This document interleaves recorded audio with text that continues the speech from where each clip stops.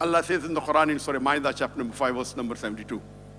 لَقَدْ كَفْرَ الَّذِينَ قَالُوا إِنَّ اللَّهُ هُوَ الْمَسِيحُ ابْنُ مَرْيَمَ. They say that they are doing kufr. Those who say that Allah is Jesus, the son of Mary. وَقَالَ الْمَسِيحُ.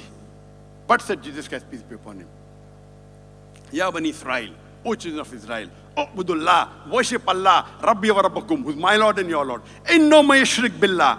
Anyone who associates partners with Allah, faqad haram Allah alayhi al-jannah. Allah will make Jannat haram for him. Wama wa nar, wama li zalimin min ansar. And fire shall be his dwelling place, and he shall have no helpers in the hereafter. Jesus Christ, peace be upon him, said, Inno ma yushrik billah. Anyone who associates partners with Allah, faqad haram Allah alayhi al-jannah. Allah will make Jannat haram for him. Wama wa nar, wama li zalimin min ansar. And fire shall be his dwelling place, and he shall have no helpers in the hereafter.